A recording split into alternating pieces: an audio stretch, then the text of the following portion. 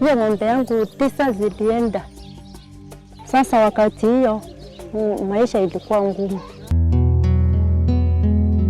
Hii vita ikatokea mwaka wa 1996. Mambo ikakuwa ngine, ikabadilika. Kaanza maisha ya watu kaanza kusoroteka.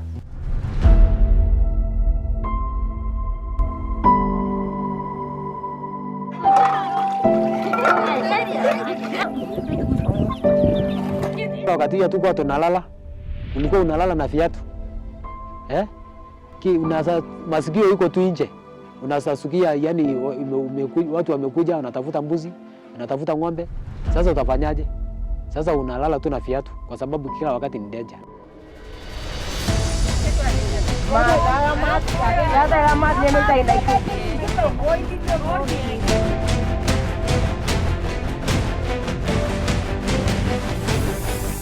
So what has emerged is in Isiolo and Samburu, we have seen beekeeping or apiculture emerging as an alternative livelihood. One, to address the gaps that communities are facing in terms of earning income and generating a livelihood. And two, coming in as an empowerment mechanism for communities that have, for lack of a better word, could be referred as pastoral destitutes, who have lost their livestock as a result of conflict or as a result of drought.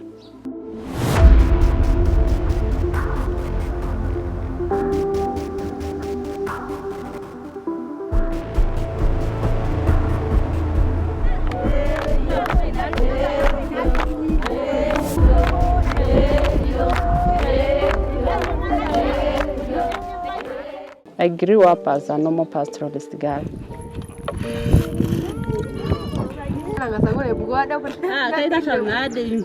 Around 90% of work is done by women. Start from making of these houses. It's just the role of a woman. Going to look after, at times, goats is the role of a woman. Fetching firewood is the role of a woman.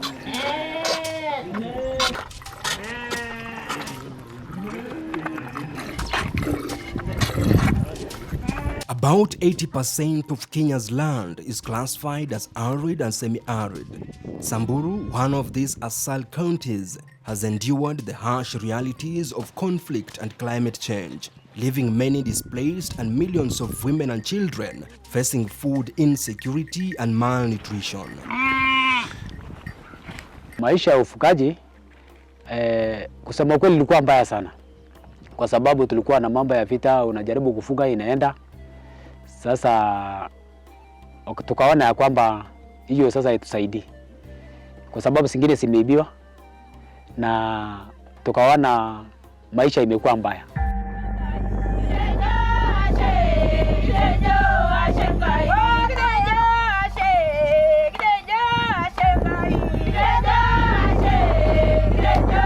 For many decades, pastoral communities have been affected by effects of climate change, with women and girls facing food insecurity and malnutrition. However, with adoption of apiculture, a nature-based enterprise is now turning the barren land of Samburu into green and putting money in the pockets of the rural communities in this land.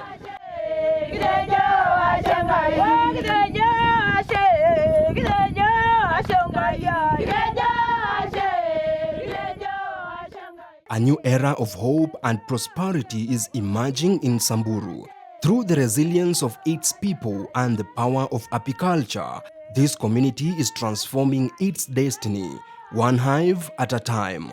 Apiculture in Isiolo and Samburu is particularly interesting for us because one, it is emerging as an alternative livelihood activity, particularly for communities who are looking at the effects of both climate change and conflict, because the root causes of conflict in these two counties as a result of issues relating to natural resource management. We depend on natural resource base for our main livelihood, which is livestock. And when climate change brings the issues of the risks that have increased and the shocks that have become more frequent, you find communities stressing on limited resources thereby escalating these issues into conflict situation.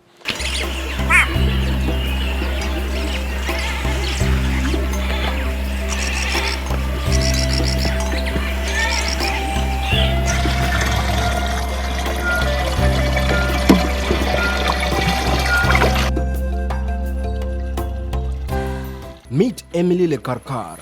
Though bold in stature, she bears the scars of a life marked by conflict. Currently, in terms of economic empowerment, I'm doing apiculture. And at times we can, in case of there is people who doesn't have school fees, we can always chip in and help the kids.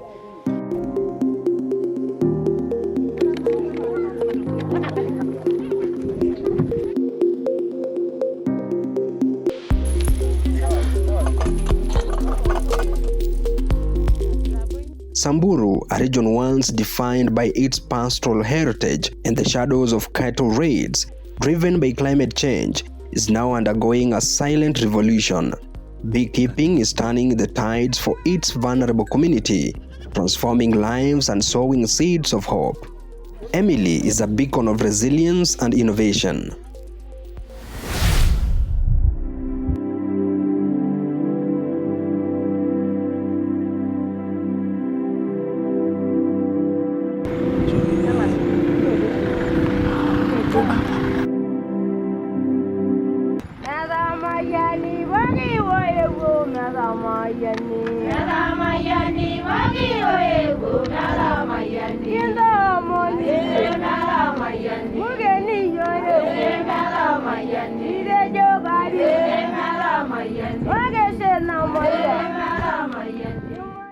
Challenges our society is facing: talk of food insecurity, talk of malnutrition, sanitation.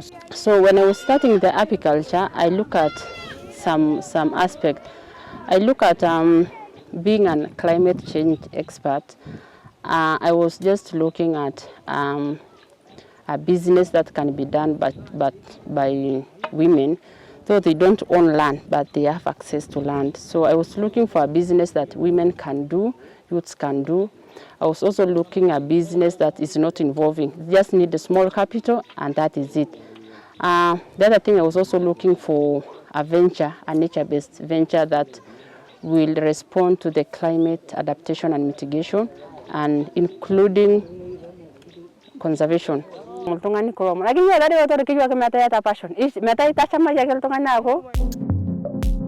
Samburu, a region once defined by its pastoral heritage and the shadows of cattle raids, driven by climate change, is now undergoing a silent revolution.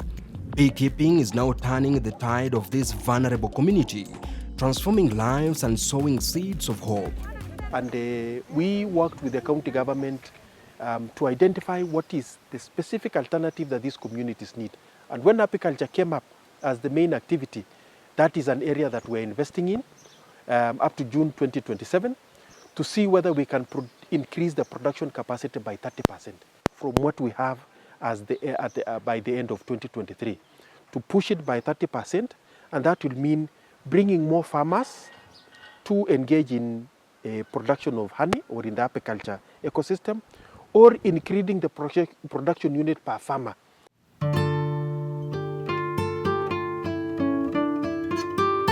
Kufuga nyuki, lazima ukuwe na mzinga, lazima ukuwe na pahali ya kuweka mzinga. Umeelewa mpaka hapo? Emily Lekarkar is the beacon of resilience and innovation. A graduate with a master's degree in climate change from the University of Nairobi and an expert in apiculture, Emily embarked on a journey of change. Together with the community, launched an apiculture project targeting vulnerable women affected by conflict. Some of my farmers are shackle burners. Now, because of conservation, I thought of, if I tell these people to conserve environment, what will they eat? So I had to come up, provide them with alternative source of livelihood, so that all of us, it will be a win-win situation. For me, I've achieved the conservation on environment, and for them, they will have achieved the issue of food on alternative sources of livelihood. So that's why I started apiculture.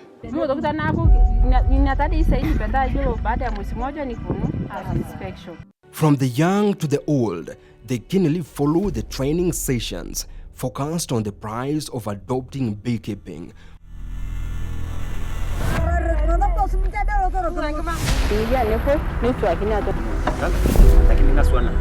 Nyuki haina boundaries. Hizi sema ati siwezi kuja kwa huyu mama kwa sababu namchukia. Nyuki itaenda kwa Pokot. Kilomita 5. Ilete maua ya hiyo Pokot mwenye utaki ikutengenezee nini? Chakula. Yako itaenda pia, nyuki yako itaenda kwa Pokot. Ikuje 5 kilometers radius. Inakuja kukuletea nini? Lakini nyuki iko na akili hata kutuliko sisi. Nyuki wanafanya kitu kingine inaitwa scouting. Anaenda kutembea kutafuta chakula.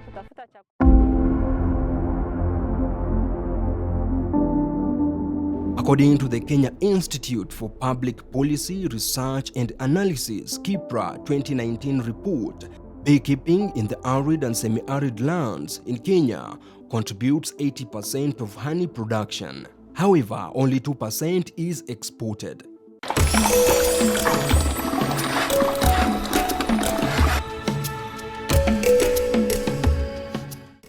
From the areas where we have established apiaries, we have identified potential farmers whom we are now training to become harvest service providers, so that we equip the FSCs who are aggregators with the equipment and the capacity to harvest quality honey, because the market now is crying for quality honey. To scale up beekeeping in ASAL regions, the World Food Programme has provided training and beehives to the women and men involved in the project. The aim is to achieve the Sustainable Development Goals by ending poverty, ensuring zero hunger, and promoting gender equality. I was recruited by WFP as a farmer service center. A farmer service center is an alternative for extension. So I was recruited. I went to training, entrepreneurship training. I went to Baraka College just to learn more about apiculture, because my agricultural background is not on apiculture. So after that, I went back to Nairobi University. I also did a short course on apiculture. I didn't want my farmers to hang somewhere that there is a challenge and nobody can solve the challenge for them. So I made sure that right from production, training session with my farmers, until production, until harvesting, then now I come in as a market for the farmers.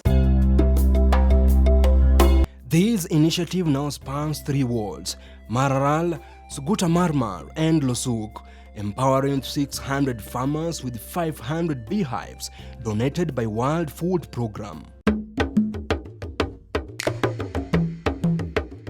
To date, we've supported communities within high honey production areas with over 2,500 beehives. This is modern beehives.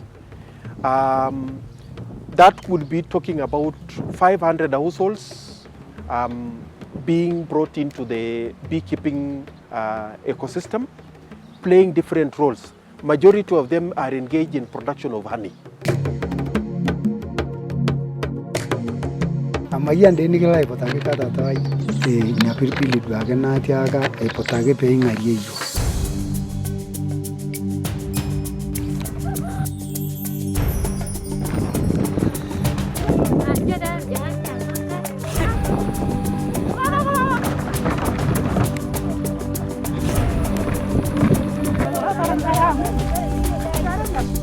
In Lowamara village, we meet Nelson Lemaramit, affectionately called Nyota.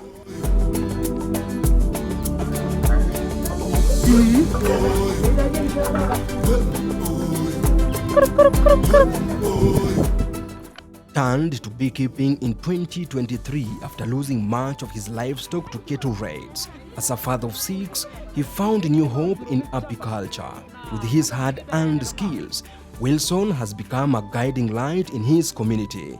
Serving as a farmer service center, he provides training and support to his neighbors.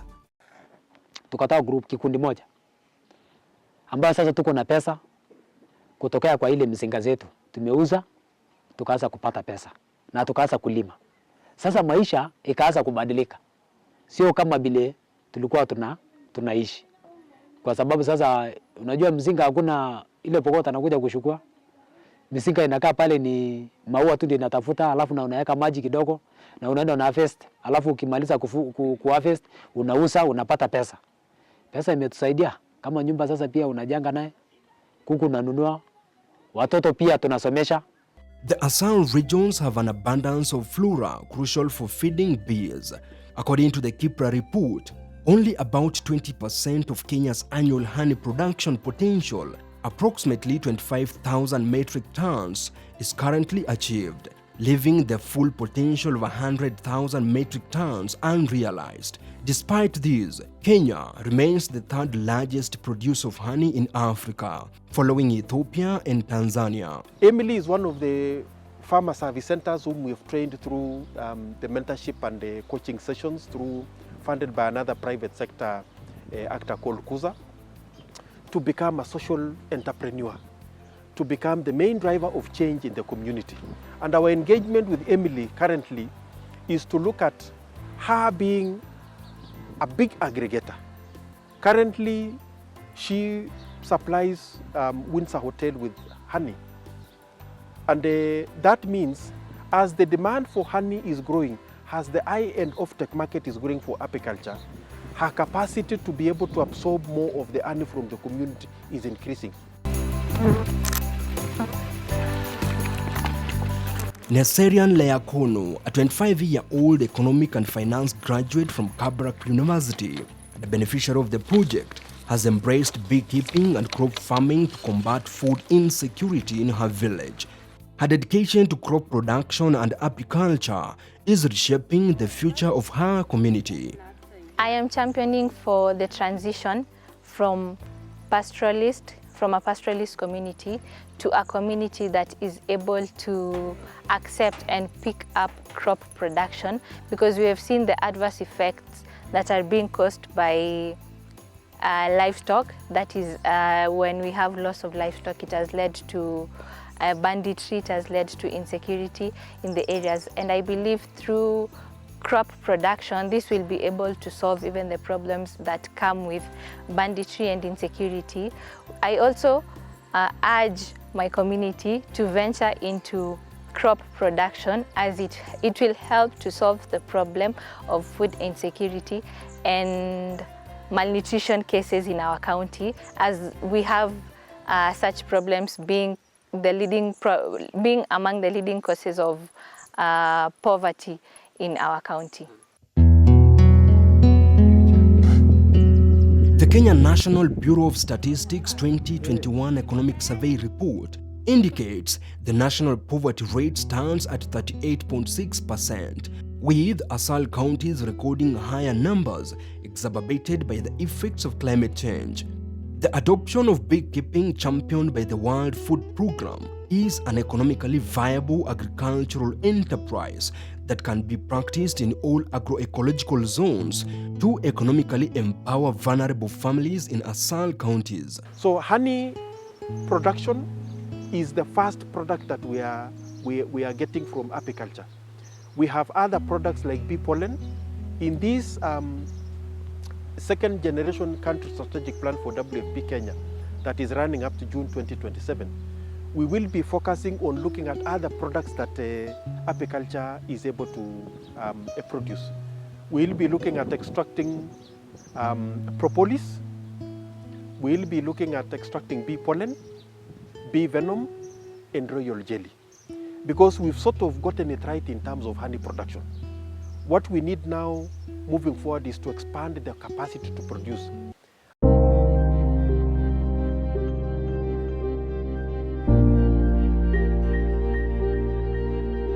To ensure sustainability, the women have formed groups to consolidate the proceeds from honey sales for investment. In Longorati village, the Sipati Village Saving and Loaning Association demonstrates the transformative power of collective effort. These 25 women-led groups have amassed a saving pool of 21 million shillings, which circulates among members and fosters economic resilience. In terms of community empowerment, yes, given back to the community. The money are in their pocket, and the response is some of them are disposing their livestock just to practice apiculture because they say this one the bandits will not come and take it. Apiculture not only economically empowers communities but also plays a pivotal role in environmental conservation by fostering biodiversity and enhancing crop yields through pollination. Beekeeping contributes to stabilizing ecosystem in the face of climate change.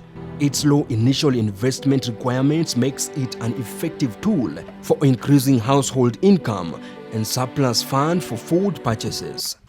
Apiculture is a nature-based business. In terms of greenhouse emission, to me, I say it produces almost 0% or 0 point something. Look at crop production. Crop production, you start by clearing of land. Carbon dioxide is produced. Use of fertilizer. Nitrous oxide is produced. Those are greenhouse gases. In terms of livestock, the waste from livestock produce methane gas. It's also a greenhouse gas. So all those contribute to climate change. But I wanted that nature-based enterprise of which it helps us to reduce or mitigate the production of greenhouse gases. So in apiculture, in terms of adaptation, we provide community with alternative source of livelihood. So just to increase the resilience of the community and reduce their vulnerability against the impact of climate change. Beekeeping has been identified as a viable agricultural enterprise that could alleviate poverty and sustain rural employment in ASAL counties, building resilience and economic growth in arid lands. Despite this potential, beekeeping in Kenya faces several challenges: low honey production volumes, insufficient marketing systems, and environmental threats hinder growth. The World Food Programme is working to increase bee colony populations and promoting beekeeping, especially in ASAL regions. Despite the underperformance in income generation from honey production and limited international export, Samburu is experiencing a resurgence driven by resilience of its people and the growth of apiculture.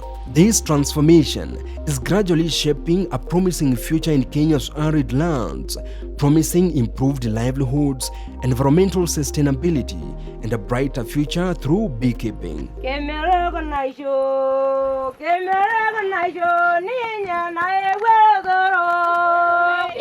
For us to achieve social development goals, empowering women from rural parts of Kenya is key in achieving or realizing gender equity and equality. For Culture Quest, I'm Levis Msumba. Ke me rogo na yo, ke me rogo genge, ni nye